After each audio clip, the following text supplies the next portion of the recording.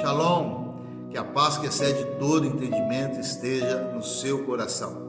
Estamos aqui para gravar um devocional, onde nós vamos falar sobre os 7 Espíritos de Deus, ou as 7 manifestações do Espírito de Deus. Em especial, nós vamos entrar de uma forma um pouco mais profunda, ou um pouco mais detalhada, no Espírito de conselho.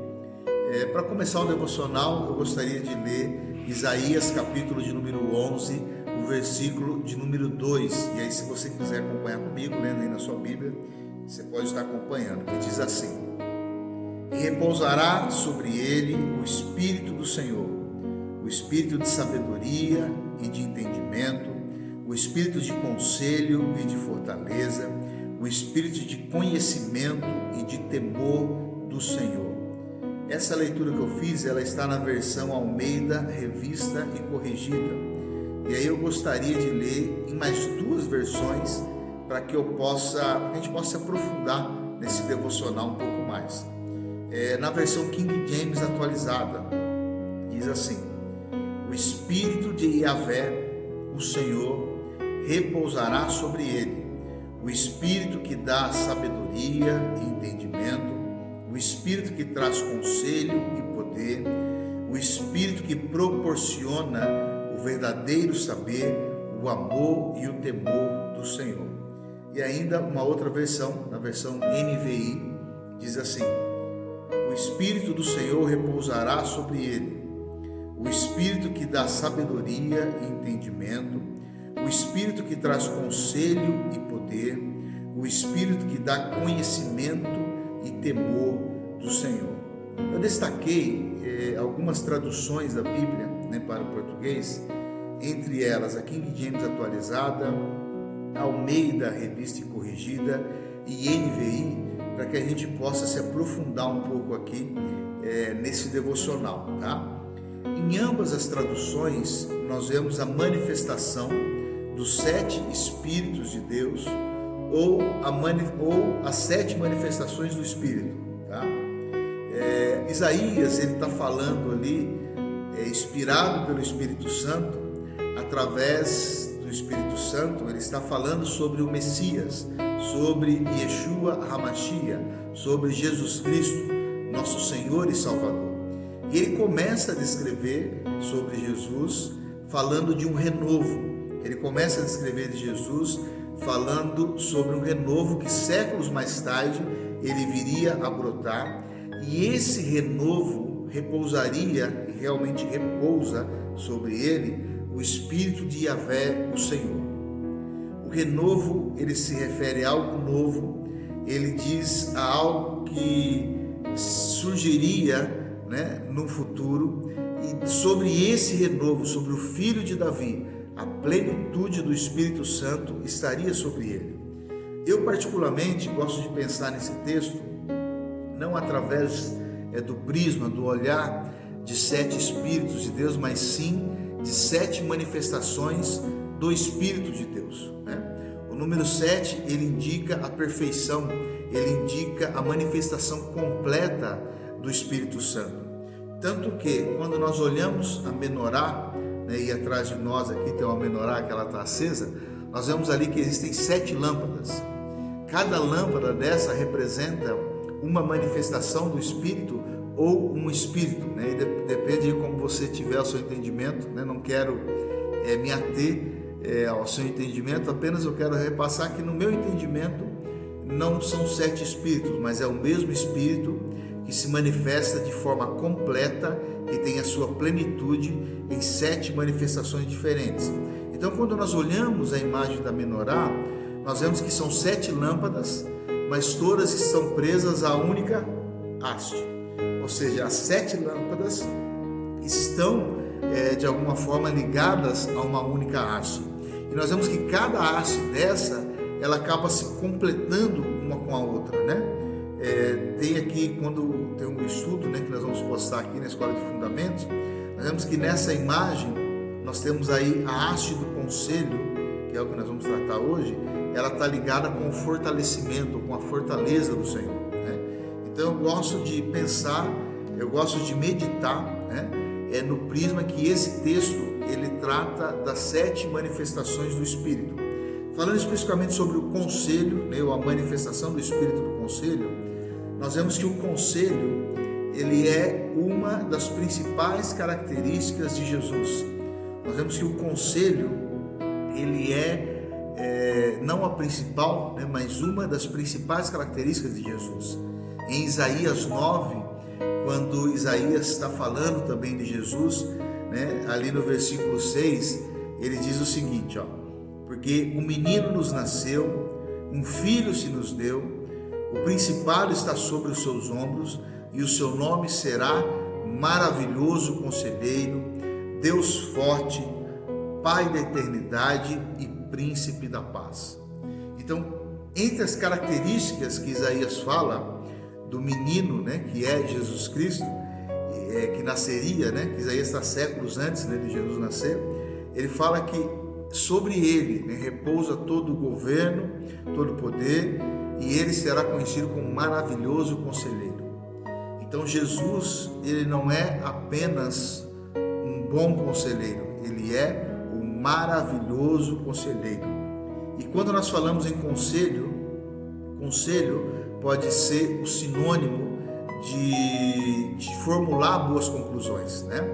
Quando o Espírito Santo se manifesta através do conselho, nós podemos ter certeza que esse conselho nos levará à felicidade, pois os conselhos do Espírito Santo, eles manifestam o plano de Deus para a nossa vida. E o plano de Deus para a nossa vida são planos de paz e não de mal. São planos para nos fazer prosperar, para nos fazer avançar. E todos aqueles que estão em posição de liderança, seja uma liderança na igreja, seja uma liderança em casa, seja uma liderança no governo, seja uma liderança na empresa, eles têm pessoas, né, que buscam conselho. Os líderes acabam aconselhando muitas pessoas no decorrer dos dias, e é muito importante, né, que todo líder que tem um entendimento da palavra de Deus, ele possa pedir para que o espírito de conselho, ou a manifestação do Espírito através do conselho, esteja sobre a vida dele. Porque quando nós aconselhamos, né, através dessa manifestação do Espírito, nós trazemos realmente conselhos que podem trazer vida eterna. Se um bom conselho, ele já ajuda muito, imagina um conselho inspirado, né, pelo Espírito Santo. E eu me recordo agora de algumas passagens bíblicas onde homens foram buscar conselho com Jesus. Homens que tinham uma boa posição na sociedade, homens que eram ricos, homens estudados, eles iam até Jesus buscar conselho. E dentre, né, dessas passagens de homens que buscaram conselhos com Jesus, eu quero destacar 2 homens, né, que eles chegaram para Jesus e perguntaram: o que eu devo fazer para alcançar a vida eterna? Qual conselho o Senhor me dá para que eu possa alcançar a vida eterna? Entre os homens que foram buscar esse conselho com Jesus, eu quero destacar Nicodemos e um jovem rico. Para Nicodemos, Jesus disse o seguinte: é necessário que você nasça novamente. Ou seja, é necessário que você nasça do Espírito. Essa foi a resposta para Nicodemos. E aí Nicodemos ficou um pouco confuso, disse como que um homem pode voltar ao ventre da sua mãe. E aí Jesus falou para ele que o nascer de novo não era um nascer carnal, mas era nascer do Espírito. E o outro homem que procurou a Jesus foi o jovem rico, e ele também perguntou para Jesus: qual é o conselho que o Senhor me dá para que eu possa ter a vida eterna? E Jesus aconselhou que ele abandonasse as suas riquezas, doasse tudo aquilo que ele tinha aos pobres e seguisse a Jesus. E aí nós sabemos a história que esse jovem, ele se entristeceu com esse conselho que Jesus deu, foi embora e não seguiu a Jesus. O que eu quero destacar aqui? A pergunta era a mesma: o que eu devo fazer para alcançar a vida eterna? Mas a resposta foi diferente para os dois. A resposta foi diferente porque Nicodemos não tinha dinheiro? Não, Nicodemos era um homem bem posicionado na sociedade.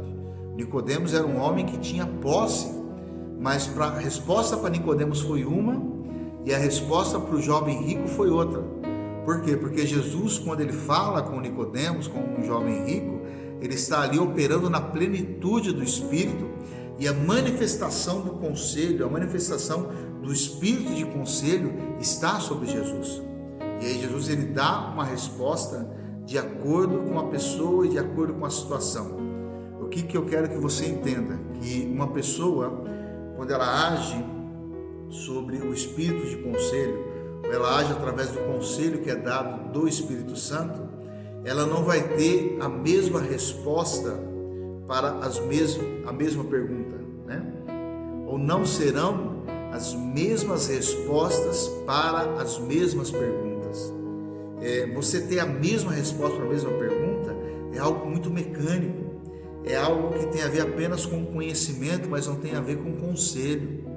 Então, quando você age através do Espírito de conselho, você vai entender que às vezes para a mesma pergunta vão existir conselhos diferentes. O conselho de uma pergunta para uma pessoa pode ser diferente do conselho para outra pessoa, ainda que a pergunta seja a mesma.